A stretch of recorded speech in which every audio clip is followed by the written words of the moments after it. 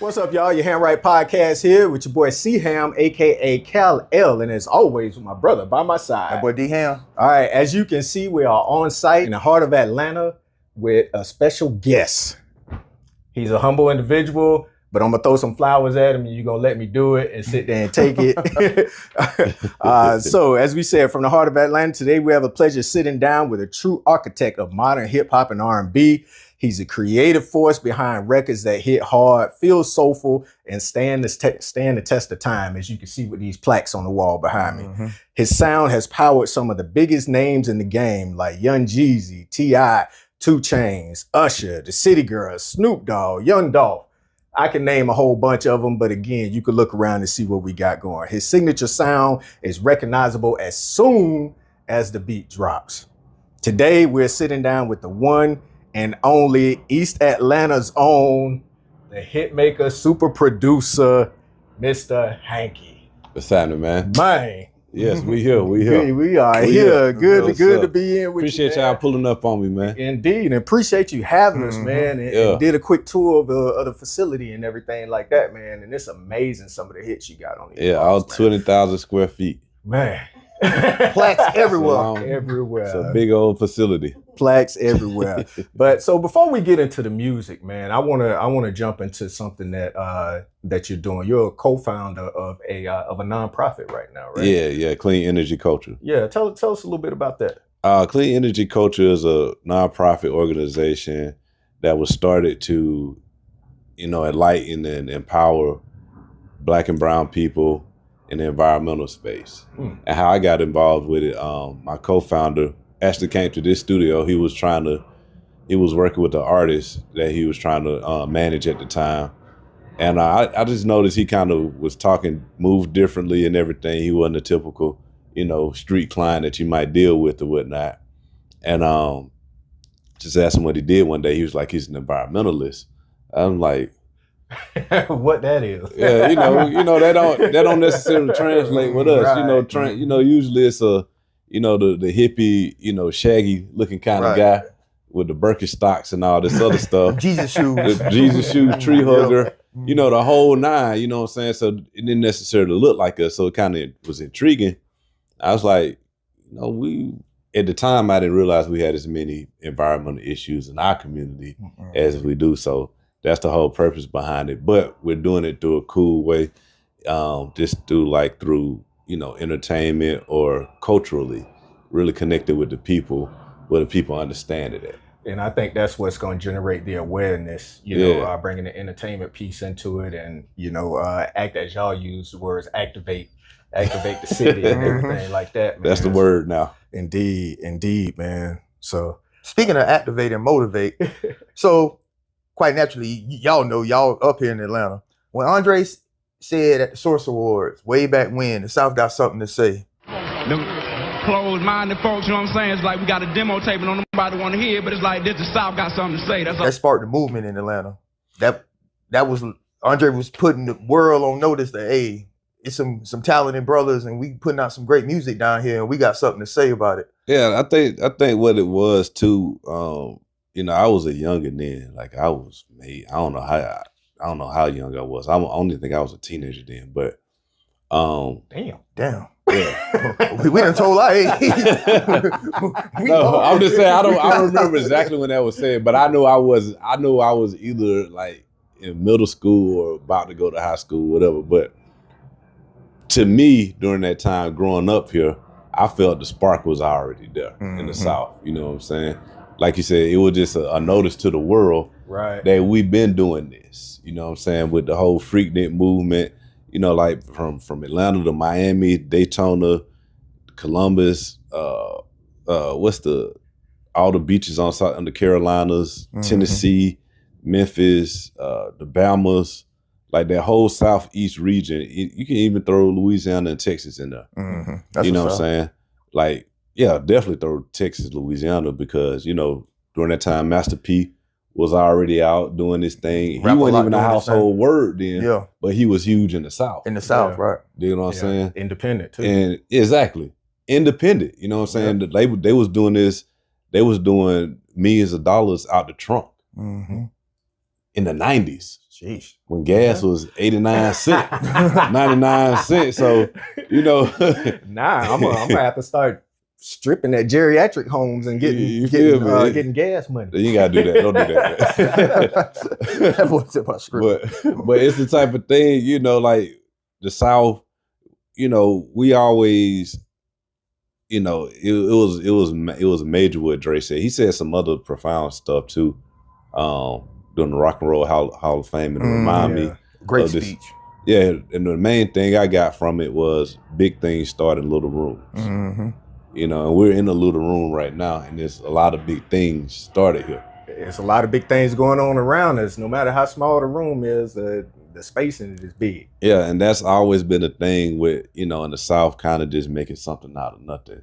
Hence the whole sustainability piece with, you know, clean energy culture is the sustainability thing and creating thing has always been within us, you know, especially growing up during those difficult times. Yeah, making something out of nothing. Yeah, and it's blossomed to what we're doing now. You know what I'm saying? Even in this space we're doing right now, like the whole podcast space is a whole nother realm of financial freedom that is creating so many avenues for the community. Yeah. Yeah. Yeah, and it's getting the word out and heightening awareness and everything like that to different issues. Yeah. Hence clean. We got something to say. And New York ain't been the same since. Damn, you right. Because they had a stronghold lock on hip hop, and they wouldn't play like certain albums from out west, out the south. You go to New York now, it sounds like 107.9. The Streets 94.5. Yeah. Yeah. And then think about this on the production, on the actual artist side of things. Back then, New York had an authentic, like, boom, they sound. Oh yeah. It was real, like, maybe even guitar riffs too. Yeah, B-boy. It's not now. I sell more beats to artists out of New York. Oh wow. Yeah, they just as many. They want the South. They want their sound. They want the South. Yeah. So the South has something to say. Them country rap tunes, like Pimp C used to say. Yeah. But yeah, it ain't been the same, like you said. You could tell just by the demographic of the way music done went nowadays to how everybody trying to sound the same or want the same beat. Chicago artists used to sound like they had a different sound. The Midwest, Twisting and Do and Die. But in the South, it got so strong, especially here in Atlanta, to where the sound just went everywhere. Y'all got your own movement. Exactly. Mm-hmm. Well, like we said, looking at again all these plaques on the wall, I'm amazed, to be honest with you, man. But out of all of these and then some, what record really changed it all for you? For me, personally, like a lot of these records, I was a part of a lot of them, but the first one that really changed a lot was really this guy, Soulja Boy. Oh, okay. That's so when you was with College Park, right? Yeah, I mean, yeah, but that's the type of thing where, like, when I first got signed to College Park as a producer, that was the first artist that I was physically really hands-on. Like when I got Yin Yang Twins was already established. You know, they was already established doing their thing, and I'm coming fresh out of college, and we get into the studio, and College Park is like, man, I found this kid. You know, put up his laptop, showed the kid, and the first song I heard from him was this song called "Ya Bitch Ya." Ya Bitch Ya. And so I was just like, man, this shit so funny. Like, I was like, is this serious? He's like, nigga, this shit finna change the world. It's finna change your life. And it's been a roller coaster since. I mean, a snowball effect since then. He had a cult following before he even really came out with anything, didn't he? We gotta understand, Soulja Boy. Not only that, this whole social media thing, he started all that stuff.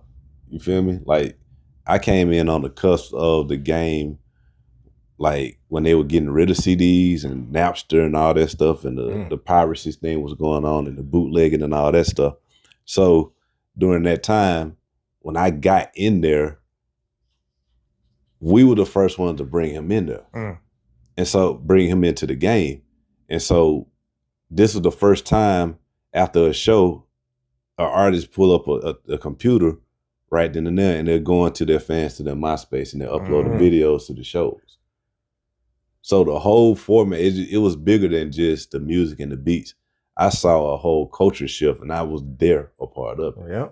You know, so from there, without Soulja Boy, there's no he's like their LL Cool J. Mm-hmm.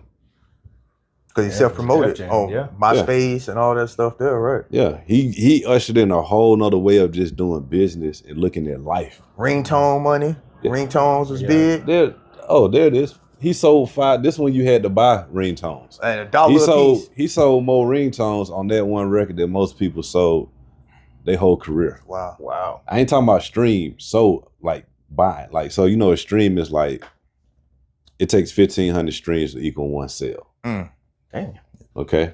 So, but 5 million ringtones is $1.29. Well, you got that math. You do the math. Yeah. Exactly. You know what I'm saying? Then the digital downloads, another 5 million. So that's 10 million downloads just on that alone. Just on one song. On one song. Soulja Boy. What was the feeling the first time you heard a record you produced get played on the radio? Oh man, that was crazy. I quit my job. Mama, you ain't got to work no more. I'm out of here. Keep your job and shove it. I ain't working here no more. I'm out of here. But what it was, it was at this studio. Matter of fact, I was working at General Motors. They had a plant up in Doraville. Closed now. All right. Yeah, my dad used to work there. So coming fresh out of college. Them good jobs. Yeah, it was a good job. Like it was a good job in between while I was still building. Right. You know, all of this kind of happened at one time, like in about 5-6 months. Shit just started popping. So man, I'll never forget. It was like summertime. And you know, summertime here in the South, man, you feel like you're on the doorsteps of hell, man. Especially you on fire. So we used to have to be there at 6 o'clock in the morning because the plant would start at 6 in the morning. And by the time we get off at 3, it's like 1,000 degrees inside that plant, man. And so I'll never forget, man, I did this song with this group called the Cadillac Boys. And they were signed to College Park as well at the time. And they were split between College Park and Kurt Rashida husband. Okay. From Love and Hip Hop. Mm-hmm. But this is long before this one. Rashida was still rapping, and this is like early 05, 06, I want to say. And I was just tired, man. It was a Monday afternoon. That was they caught you on the right day. They called me on the right day. You know what I'm saying? Like, I was like, because they was getting ready to close the plant, so they weren't giving us full benefits. So they was like, y'all can't take no days off. It was like they were really pimping us. They trying to dog y'all out. Yeah. They was, so this particular day, they won. You know what I'm saying? I was like, win, man. You won. But look, so I got in the car. This before they had to push button, start, put my key in. And I hear my tag. It's like 3 o'clock in the afternoon. I was like, damn, that's crazy. I was like a song that I made in my drawers in my house. Mm-hmm. And now they playing on the radio. So I come down to the studio. This is Sage, that studio, you know, knowing I got to be at work at 6. Then went to the liquor store. Got me I was drinking Remy Martin at the time, VSOP, with the lime juice. So in this bitch, you know, we in here taking shots and celebrating and stuff like we don't want a Grammy. So I get home, I lay down, it's like 3, 4 in the morning. I get about 2 hours sleep. I'll be good. Man, I woke up like 11:30. The man had called my phone about 30 times. That blew you up. And it was like, it reminded me of the movie Paid in Full. I don't know if y'all remember that. Yeah. With Ace? It was Ace. when the man found a rock and they was like, you not coming? I said, I'm going to be there Friday to get my check. My check. Have my money. I'll be there Friday to get my check. He was like, you not coming in today? I'm going to be there Friday to get my check. That's it. And it was like a big step out on faith though. And I was like, man, if I'm gonna do this shit, I'm gonna do it. And then my dad and my parents were actually supportive of the situation. That's what's up. Yeah, my mom, she's a musician. Okay.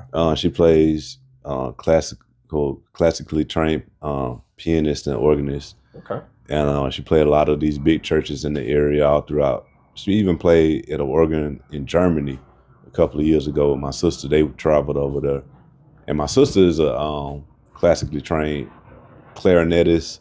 Oh wow. So all y'all musicians, you play the trumpet. Yeah, right? I play trumpet. Mm-hmm. Yeah, I play trumpet. So, and me and my sister both attended Southern University, but she went to University of Michigan for her master's degree. Mm. So she's playing with orchestras and they travel all over the world. It's crazy. Okay. But make a long story short, that whole thing was just like, it was a moment. I was like, man, I got to do this. Yeah. And that was the scariest shit ever. You know what I'm saying? Because it's like, yo, I thought, I was like, man, this is about to be the biggest song in the world. It's a song called Never Slipping by the Cadillac Boys out of Macon, Georgia. And they was playing it, man, all throughout the clubs and everything. 107.9 live broadcast. We hosted the night up at the old Buckhead Club Frequency. Like, we was living it, you know what I'm saying? Lil Jon Snappy Fingers was going crazy. So it was, you know, I was like, fuck it, I'm gonna do it. And that's it. Just never look back. No guts, no glory. Indeed. And it's worked out, man. Yeah. And it's worked out. Did it? Did it? I mean, speaks for itself. So with that, stepping out on faith and everything like that, of course you created your own little lane, your own little style and everything. Like you say, your tag, you know, Mr. Hanky or Mr. Hanky B, you know, yeah, that sets it out, man. But what, as far as other producers, I'm sure you work with other producers and everything. What do you do differently, you know, that you think that they should be doing or whatnot? Honestly, separates you from them. I honestly think that everybody doing what they need to do. You know, I think my approach to it is a lot different than everybody else. I'm not trying to compete with anybody. Because my other part of my journey, I was a DJ as well. And so more than anything, I understand timing and energy.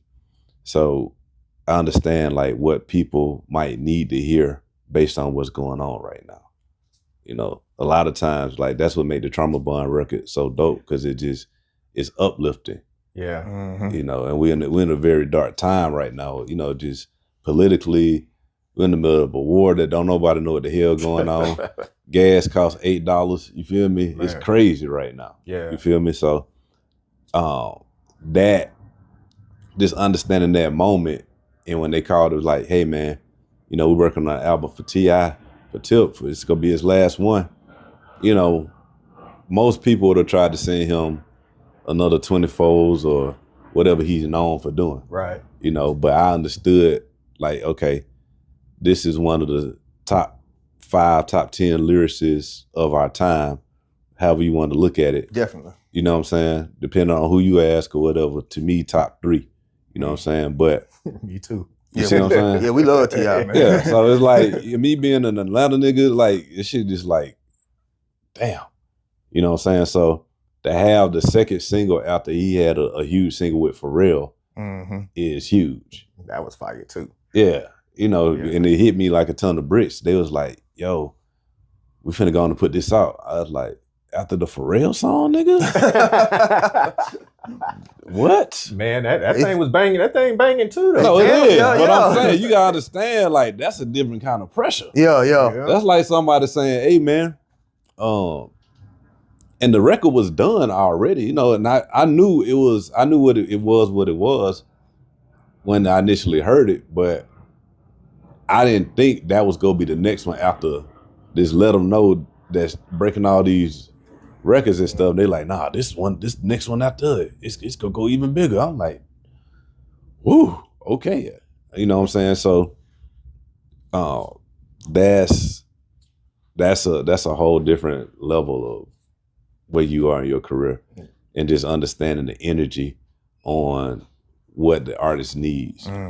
Because I already know what everybody done sent them. I know they go get in there, make all the trap records, the Zaytovens, the Mike Wills, and we know what they're going to get, you know, from those guys. There ain't nothing wrong with that, you know, but that's my DJ side of things works, because as a DJ, I used to have to sit up there and I would see those bougie women over in the corner not doing nothing. And while everybody else still dancing and partying, I got them I'm focusing on them 4 right there. How can I get them to get amped up and get? If I can get them, I'm good. Done deal. I'm good. And that's the approach I take to this. Every beat you make, do you feel like it's gonna be a hit, or do you make some beats and be like, boy, this it, this might be it? No, they gonna be hits. It's just a lot of times, because I take that approach to it. Mm-hmm. I try to make the music to where all you got to do is add water. And the guy that brought me into the game, Mr. Collapart, he taught me a long time ago. It was like he made a statement one time. I never forget. I forgot who the artist was, but anyway, the beat was so hard we had did, and he was like, "Man, shit, all you got to do is not fuck it up." You know what I'm saying? Like, I was like, "Damn, mode, man." He's like, "Damn." He's like, "Just don't, all you got to do is don't mess up on it, and it's a hit." I was like, "Damn, okay." So from that point on, that's been my approach to make to where can this beat stand alone? Can it make people move on its own without no words on it? And see, getting into that, like you said, all you like just add water. So you ever had somebody come in? What's the biggest mistake that artists will make when working with a high level producer when going into the studio? When all they got to do is just not F it up. So it can work on both sides though. I mean, I say that jokingly, but a lot of it's about respect. Mm-hmm. Okay, even though I got all these accolades and all these records and stuff that I've been a part of, but it's the type of thing too. Like one of my other big records, Walk Around the Club, F Everybody, right? That came about. I can't really take too much credit for that because I did the beat for Soulja Boy and Gucci Mane, and we end up just using on one of our artists here internally. And so Collapart brother, he's the one came up with the idea for it. So for me, sometimes the biggest mistake you can make is being in the way sometimes. And just like the beat hard enough, let's see what they come up with. Because I would have never came up with Walk Around the Club for everybody. You feel what I'm saying? They be jamming though. You see what I'm saying? I wouldn't even think to put a melody on top to sing, let alone say fuck everybody. But that's how it be though. You know what I'm saying? I was in the whole brick, half a brick. I was in that thinking that I'm making something for Soulja Boy and Gucci Mane. So sometimes you just gotta. It relies on another one is Lil Duval, Living My Best Life. Yeah, just going with it, not trying to overstep or just go over what he got going on, his thought process. Just it's really on me. So now that wasn't even supposed to be a part of the record, was it? No. Lil Duval saying, "Living my best life." It wasn't. It wasn't. First of all, we came to this exact studio, right? And what happened was somebody further down in the same building, next door in the same building, I should say. It was another person and they're no longer there. But this particular woman decided that she was gonna go on YouTube and install a shower in her unit, okay? So we walked in, me and Duval walked in, there's psh, psh, psh, water everywhere, right? Had to disconnect the computer, go down there, and it was just gonna be an actual joke. That's it. Cause we weren't even supposed to be doing that. Mm-hmm. We just did an intro for another song. Mm-hmm. And that's it. I just had to send in the session. But because, shout out to the lady next door who flooded everything, because it might not have been a living my best life. Yeah. You know what I'm saying? So because, like, I understand, like I said, that's why I understand time and the energy, everything happening for a reason too. Yeah. That's a big part of it. So I allow it just, it's up to me not to get in the artist's way to try to, I got all the plaques. Right. I got all this. Okay, cool. I got that, but let me see what you got and let's see how we can make that bigger. See, and that's one of the things that I talked about with him that I told him about you. Like my own first meeting, I'm like, all right, man, he's doing big things, but he's humble, he's down to earth, he's approachable, somebody you can kick it with, talk to, and everything like that, man. So, yeah, I can see that. Yeah, because man, it's like you just don't like.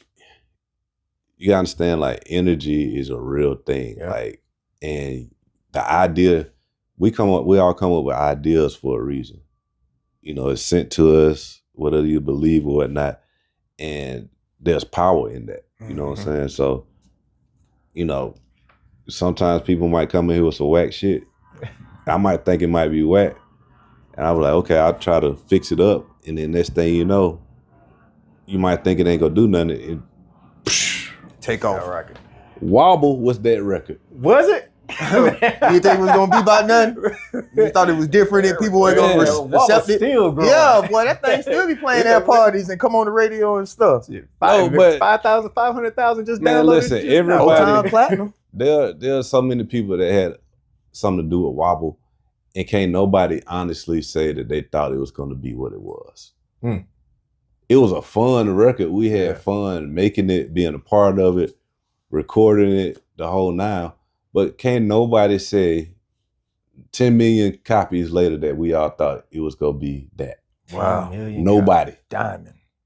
We knew it was a great record, but because we coming after, what's the other record? Get Silly, that him and Soulja Boy did. Yeah. So that wasn't even the kind of style of stuff he was on.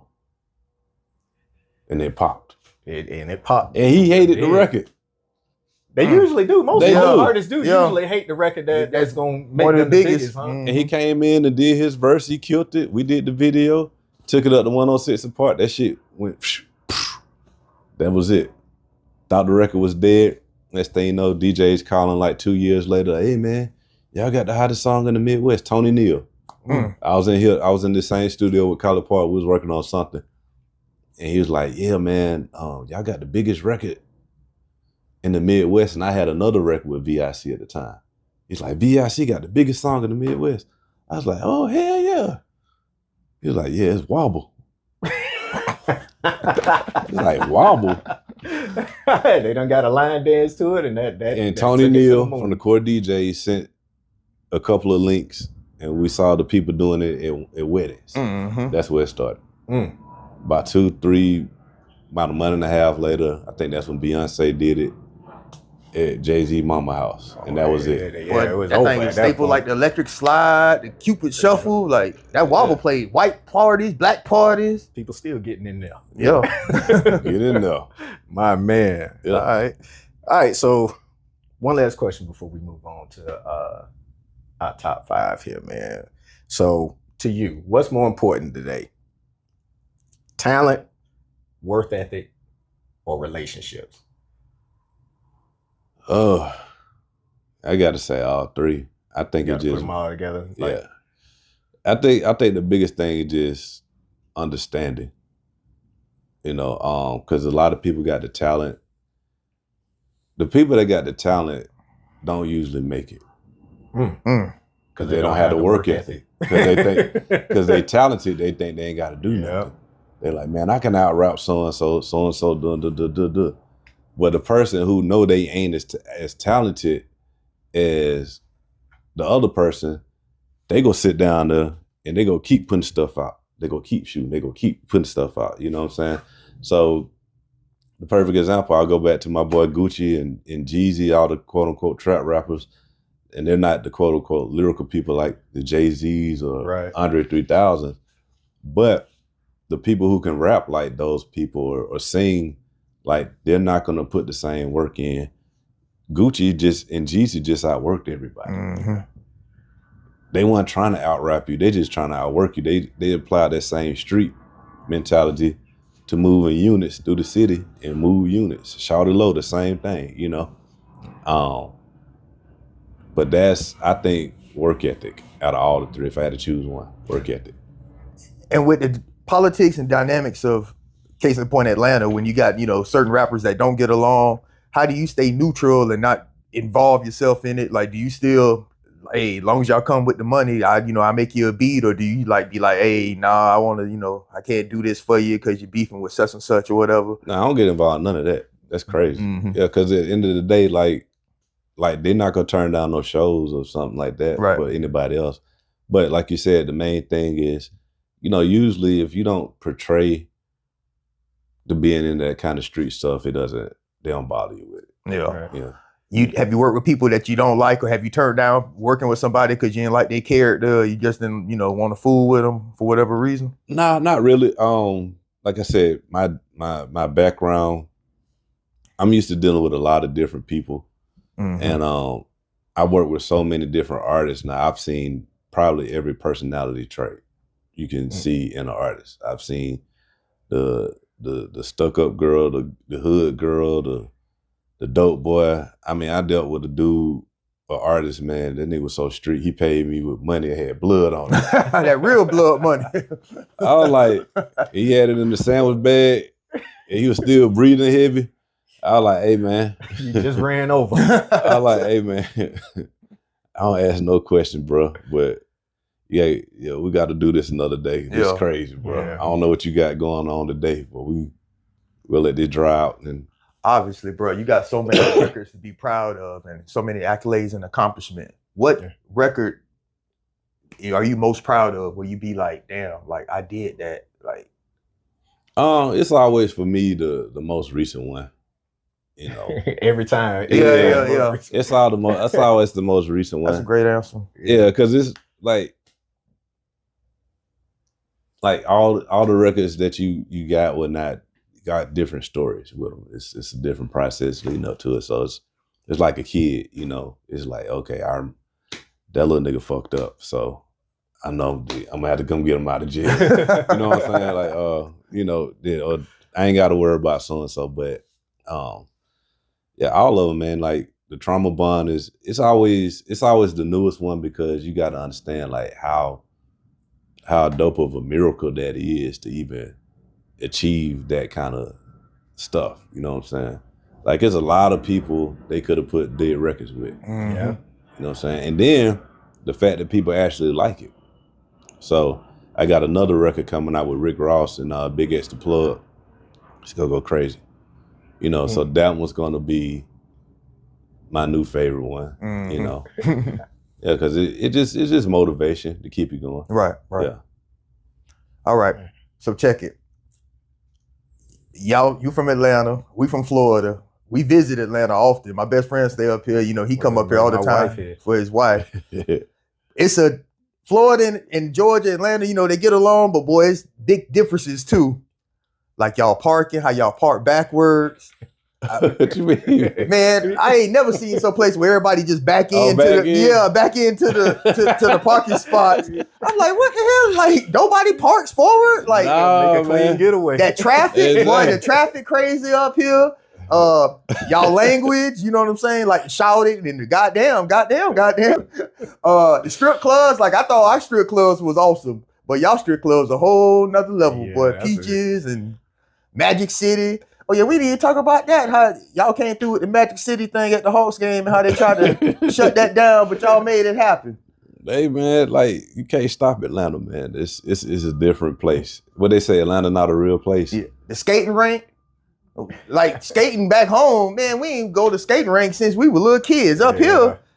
See, Atlanta is always evolving. I'm a native here, and other natives we seen it go from 559 Club 559 to what it is currently now. Like they got some new shit going on. Like right now, they got a party going on. It's called Cinnamon Toast Crunch. And they serve breakfast, mimosas, and the whole DJ and breakfast food out there. Like, and Cinnamon Toast Crunch is delicious. Exactly. They serve cereal there the whole night. You feel me? So, boy, you so damn greedy. So, you know, it's you know, we say shuttle. I didn't realize we said goddamn after everything until I went to college. See, my Atlanta, I didn't realize it was as bad as it was. You know, because I went to school in Louisiana, and they got their own language as well. But we cut a lot of our words off. Yeah. You know, so I didn't really. It was a bunch of us. It was me, two guys that went to Mays. Mays is on the west side, southwest side. A guy that went to Banneker, College Park. There's about 3 or 4 of us from Decatur. And we was in college one day, and we were sitting around in the dorm just talking. And there was a crowd forming around us, right? And they looking like, what are y'all saying? Like they didn't understand a word we were saying, but we understood exactly what was going on. Man, when Eric come home or when I come up here, I'd be like, damn. I'm like, huh? But you know, the true to me, the true Georgia Florida connection and the competition always was in the music game. Mm-hmm. Okay. Especially during that Freaknik era, you know, because we was listening to La Crew, Poison Clan. What? Yeah. Like Poison Clan, Poisonous Mentally. Yep. Mentality. Yeah, that's probably one of my favorite albums of all time. Of course. Still ride that. Hey, yeah, we jam that thing all the time. That's like a Bible, but yeah, like the stuff they talking about on there. Everything our daddy didn't teach us, JT and Poison Clan told us, man. boy. Come on, man. So it's, you know, you get it. Yeah. You know, yeah. we was listening to that. We was listening to Outkast, 8 Ball MJG, Tommy Wright III, DJ, what's the other song, man? It's just a bunch of records, man. So, but during that whole Booty Shake era, DJ Magic Mike, like, it was like, man, between that sound, that sound heavily influenced Atlanta. Like, yeah, but we jammed y'all too though, like Ghetto Mafia, like, you know what I'm saying? Who else y'all had from back in the days? Like Greg Street, we used to get on like, we used to get on bootlegs like radio stations, so we hear Greg Street drop his mix on at night and stuff like that. Like when Goody Mob broke up, but we was devastated down there in Florida. Man. Everybody was to this day. Yeah, we still mad about that. Freaknik, you bring up Freaknik. You ever been to Black Beach in Daytona? But that's what I was about to say. Yeah, that's what he's saying. That's what I'm saying. The party scene was interchangeable. When Freaknik shut down, then came the beach party. Yeah, you know what I'm saying. It was an extension of that. You know, so it's always been that, man. Never had Freaknik, but boy, I done had some great times down there in Daytona Black Beach week, boy. Hey, man. I'm glad social media wasn't around. Oh, I know, right? That's all I'm gonna say. Skeletons in closets. Hey, man, listen. Between my college years, oh boy, I'm so glad. But I love Atlanta though, boy. I love Atlanta. Atlanta's, like you say, its own special world, boy. Hey, man. Say forever, I love Atlanta. One thing about Atlanta is, and any native will tell you, you got to just ride around here because you'll see some stuff. You'll come here. What's the day? April. Mm-hmm. You'll come back in May. And it'll be a whole skyscraper there. Mm. Like, nothing happened. Like, just throw it up. One thing I will say though, you guys like have y'all love for y'all city and you represent your city, just like how people in Miami, you know, 305, Duval and Jacksonville, like I don't care. Sarasota. No, yeah, SRQ. But like Atlanta, boy, hey, I'm from Atlanta. ATL, ho, like I always respected that. And Atlanta is like, you know, it's a black Mecca. Like, and it's just itself, right? Yeah. And it's awesome from the black colleges and the HBCUs to the love and support you guys show each other. And it's a black Mecca. And it's always has been and it always will be. And it just, you know, on the outside looking in, it's just awesome to witness it and to see it in its life form and in itself. I think what makes it dope too, I realized this when we shot the video with Tip, right? So in Atlanta, what makes Atlanta strong is the diversity amongst us. Mm-hmm. You'll have the mayor, a big athlete. He always on the scene. You know what I'm saying? Hey, man. He always Andre be outside. He said on the milk. Y'all gonna see me. I'm gonna get all these free drinks and be clean everywhere you go. You feel me? So, but what makes it dope is, you know, you had myself, T.I., his family, you know, all kind of executives, politicians, policemen, athletes, all on set, and you got the neighborhood J's and the dope boys and the YNs and everybody just out there kicking it at the same time.